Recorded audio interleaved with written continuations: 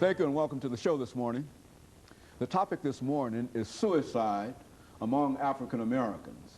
And we have with us to talk about suicide among African Americans, Dr. CPoe. Dr. Poe is a psychiatrist as well as a minister. And of course, Dr. Poe, let me welcome you to the show this morning. Thank you. Very good to be here. And to tell you, Dr. Poe, how delighted we are to have you. As a matter of fact, we've received so many compliments from the last show that you did with us dealing with crime and violence. And we felt that suicide is so close to violence, it might be a silent kind of violence, that we wanted to talk to somebody about it. And of course, in almost every area, your name came up, and we wanted to bring you back in to talk about suicide among African Americans. But before we get into that, Dr. Poe, let's have you to talk about Dr. Poe himself, to give us some information about your background and some of the things that, in a real sense, certifies and qualifies you as the person to deal with some of the issues that you're dealing with this morning. Thank you very much. Dr. Haney, I'm a psychiatrist and also a minister. Here in Nashville, Tennessee. I'm in private practice, and I work with primarily an elderly population. I guess it was about 2 years ago now that the Lord led me to form a group called the Committee for the Study of Violence and Health. And we went into the Metro Jail and did assessments of 25 inmates to see if we could gain a better understanding of why some people choose violence as a lifestyle. The unique thing about that research is that it involved a spiritual assessment along with a psychological, sociological, and psychiatric assessment. In addition, I've been involved in prison ministry off and on for about the last 15 years. I've been involved with the Nashville Union Mission. I would call it a homeless ministry for about 15 years. And I've been a psychiatrist since 1970. Very good. And of course, Dr. Poe, what we'd like to talk about this morning is suicide among African Americans. But before we get into suicide among African Americans, let's look at suicide as a general problem, because whether you're African American or whatever, it is a problem. And let's talk about suicide, and then later on we'll talk about the prevalence among African Americans. Let's talk about suicide. Well, suicide is a big problem. As a matter of fact, you might be surprised that based on some statistics that was done in 1995, there were 22,000 murders recorded throughout the nation, but there were 31,000 suicides. And of course, suicides are usually underreported for obvious reasons, for insurance reasons, and also to avoid the shame that's often associated with the family member killing themselves. Then there are covert suicides. We know that some people precipitate their own death. And so persons who are on the receiving end of a homicidal attack sometimes have set themselves up to be killed. All right? We also know that some car accidents are covert suicides. So in terms of accurate statistics on just how big of a problem suicide is, we really don't know, but it's a very big problem in our nation. Very big problem.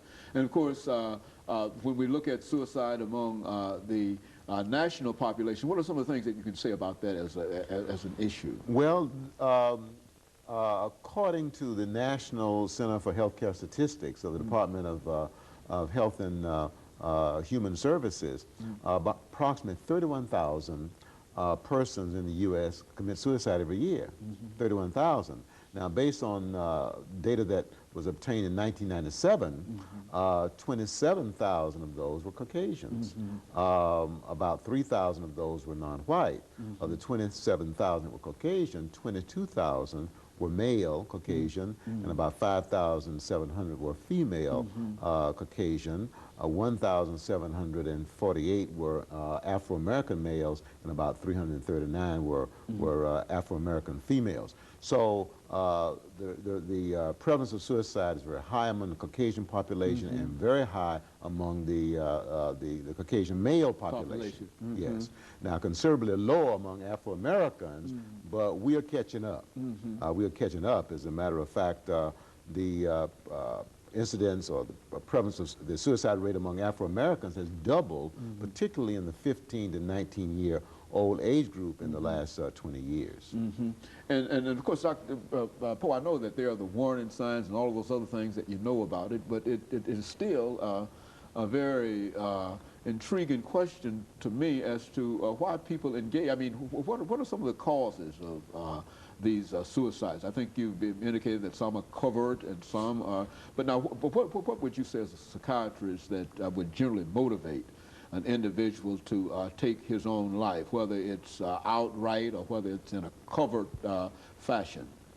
Okay, that's a very good question. Our thinking now, well, let me give you these statistics also. We know that females attempt suicide 3 times more often than males, but males actually commit suicide 3 to 4 times more often than females. We know that there seems to be a relationship between depression and suicide. Of course, we also know that females are more often depressed. But what we're just beginning to recognize is that despair, or a sense of hopelessness, helplessness, and worthlessness, and powerlessness, is, I believe, a much better predictor of suicide.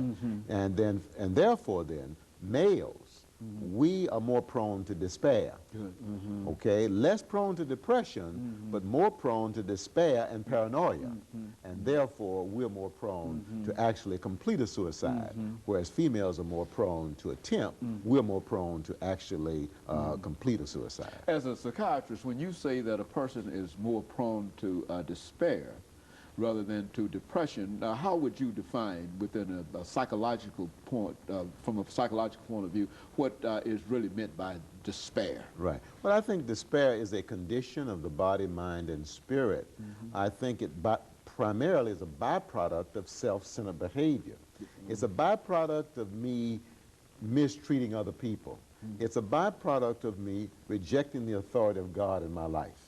It's a byproduct of me being determined to have my own way or determined to do my own thing. And the result of that then is guilt, unresolved guilt.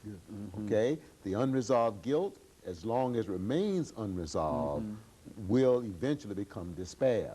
Now, despair, as I said, is a condition of the body, mind, and spirit in which I feel hopeless, I feel helpless, I feel worthless, I feel powerless, I feel unloved, I feel inferior, I feel inadequate, and the other negatives, all right? And so in that condition, and by the way, a condition of despair is also a condition of rage, okay? In that condition, I'm liable to hurt myself even more and or I'm liable to hurt other people.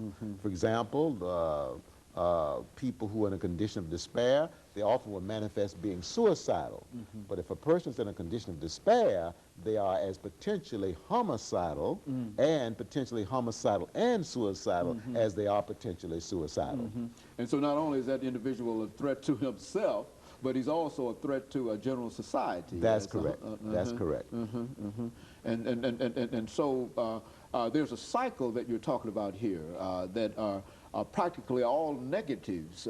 Here, Dr. Poe, how do you break that cycle? I mean, what are some of the solutions in terms of identifying individuals and breaking that cycle? Yes, that's a very good question. A condition of despair or a condition of rage is a spiritual condition that affects the body and the mind and the spirit in one's relationship. Now, I'm convinced that, well, we use a lot of things to try to resolve that. We use medication. We sometimes use hospitalization because in that condition, oftentimes people have psychiatric problems. They sometimes will hear voices. They sometimes will feel very anxious. They sometimes will become depressed, all right? We use medication. Sometimes we use hospitalization. Sometimes people try to rest. But the fact of the matter is only God, only the Spirit of God can remove a condition of despair. So therefore, the answer to despair is simply a drawing closer to God. It is simply a turning to God and attempting to live the way He wants us to live. And therefore, you can even break that cycle with that kind of spiritual relationship. Yes. And of course, Dr. Poe, we're getting ready for our first commercial break, after which time we'll come back and we'll deal with other aspects of this issue of suicide. But in the meantime, we'll encourage our audience to be patient with us, and we'll come back in a few seconds for the second segment of this show for today. Is suicide among